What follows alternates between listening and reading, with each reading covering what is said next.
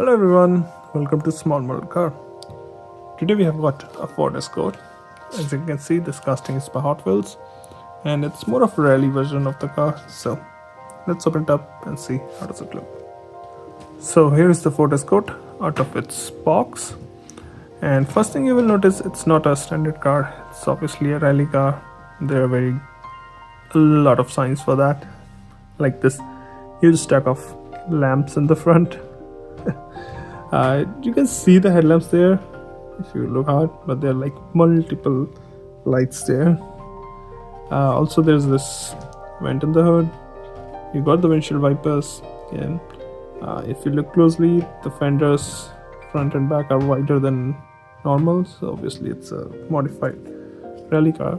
The number 17 on top, the small, I don't know if it's a vent, I've seen on a lot of rally cars, might be air intake kind of thing. Coming to the driver's side, you've got the Ford logo, Hot Wheel graphics, I guess that reads. Number 17, Bilstein, Sparko, Toyota is different sponsor. Nice paint theme going on. These wheels you have seen on a lot of different Hot Wheels now.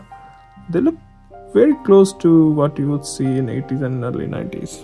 So I like the wheels here. Interior is done in yellow.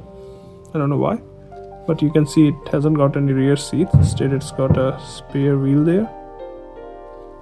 Coming to the back, again you can see tail lamp, you can see the big spoiler, but none of them are detailed. Just like front, no details, like nothing headlamp or spot lamps were detailed there. Driver passenger side or co-driver side in this case looks almost identical. I don't see any major differences. If you look here, you can see how it's slightly wider than the body, so it's modified.